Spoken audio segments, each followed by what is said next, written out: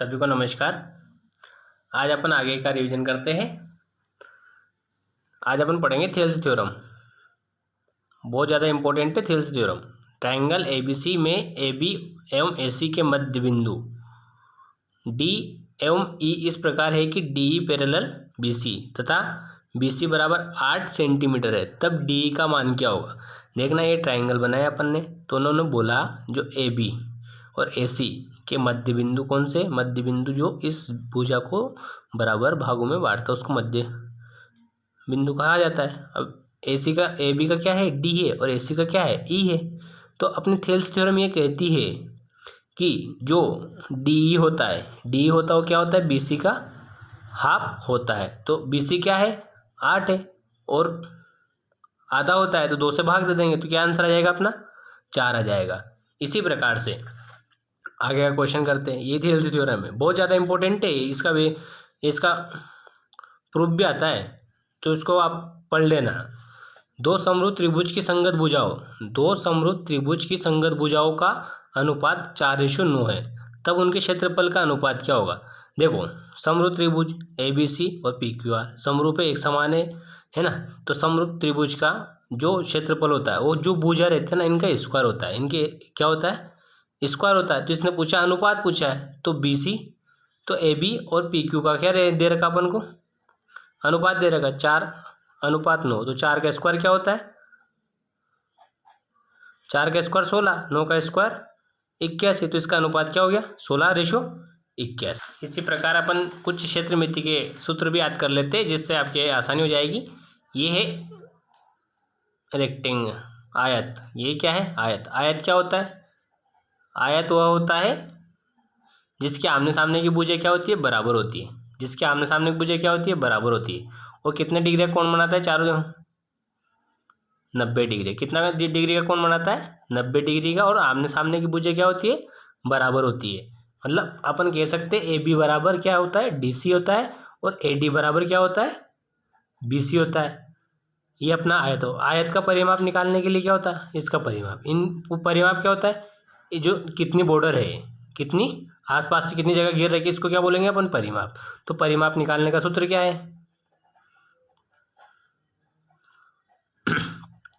2 गुणा length plus breathe. अब 2 क्यों करा अपन ने, इसको अगर अपन खोलेंगे ना, 2 लेंथ 2 ब्रीथ हो गया।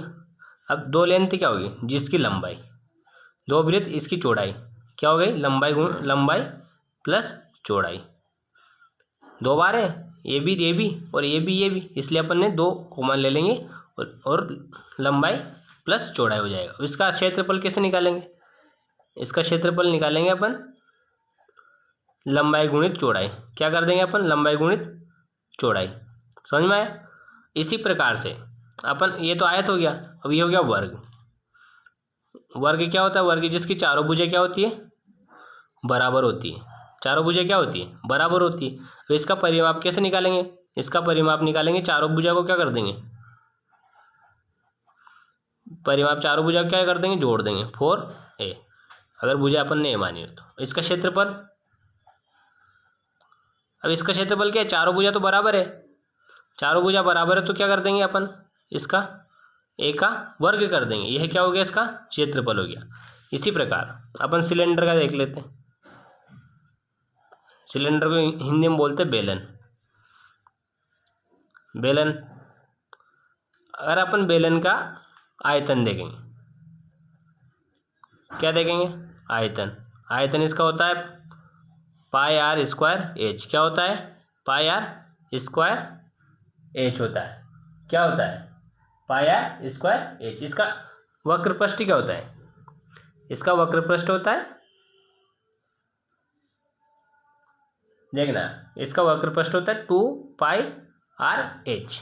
क्या होता है वक्र पृष्ठ, 2 पाई आर एच। और इसका टोटल मतलब कुल पृष्ठीय क्षेत्रफल, कुल पृष्ठीय क्षेत्रफल क्या होता है, कुल पृष्ठीय क्षेत्रफल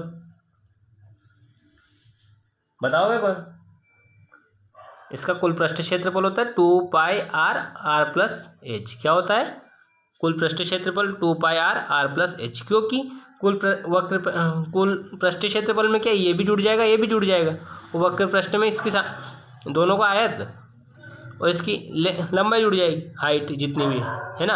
अब सिलेंडर में क्या होता है, हाइट होती है, इसलिए हाइट आ गई। अब अगर यहीं पर अगर वृत्त का देखेंगे अपन, वृत्त का क्या होता है, इसमें त्रिज्या होती है और इसको तो त्रिज्या बोलेंगे, और ये जो पूरा बीचों बीच से आधे कटेंगे इसको अपन व्यास बोलते हैं। क्या बोलते हैं, व्यास।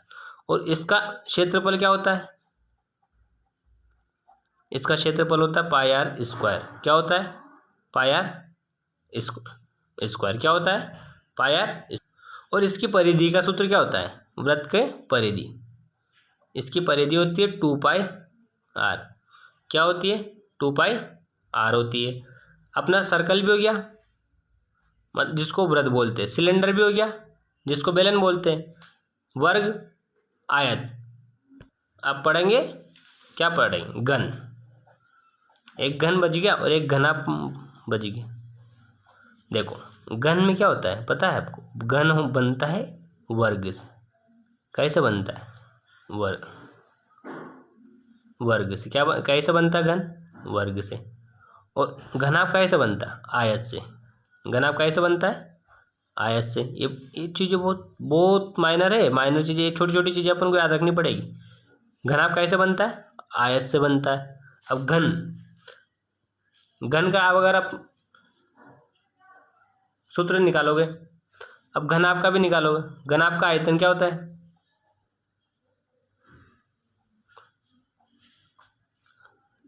Length into breadth into height, जिसको अपन बोलते हैं लंबाई गुणित चौड़ाई गुणित ऊंचाई। क्या होती है, ऊंचाई। अब इसका घन का होता है जिसमें सब भुजा वर्ग में तो बराबर होती है, तो इसका हो जाएगा डायरेक्ट ए क्यूब। क्या हो जाएगा, ए क्यूब। इसका कुल पृष्ठ क्षेत्रफल,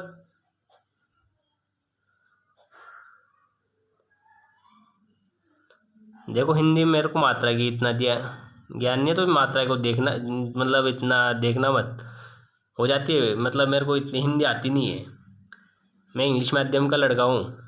तो इसका कुल पृष्ठ क्षेत्रफल क्या होता है, 2 लेंथ, लंबाई गुणित चौड़ाई, length into breadth, breath into height, और हाइट इंटू लंबाई। तो इसको हिंदी में बोलेंगे अपन लंबाई गुणित चौड़ाई, और चौड़ाई गुणित ऊंचाई, ऊंचाई गुणित लंबाई, है ना। तो इसका क्या होता है, कुल पृष्ठ क्षेत्रफल घन का 6a² होता है ना। और इसका वक्र पृष्ठ का क्या होता है, इसका वक्र पृष्ठ का होता है 4a²। आप इस सब चीज़ों को याद करके जाना। आप ये सारे ऑब्जेक्टिव में आएंगे, ऑब्जेक्टिव में आएंगे और डायरेक्ट क्वेश्चन आएगा, तो क्वेश्चन में डायरेक्ट आपको सूत्र लगाना पड़ेगा। बिना सूत्र के आप इस क्वेश्चन को सोल्व भी नहीं कर पाओगे।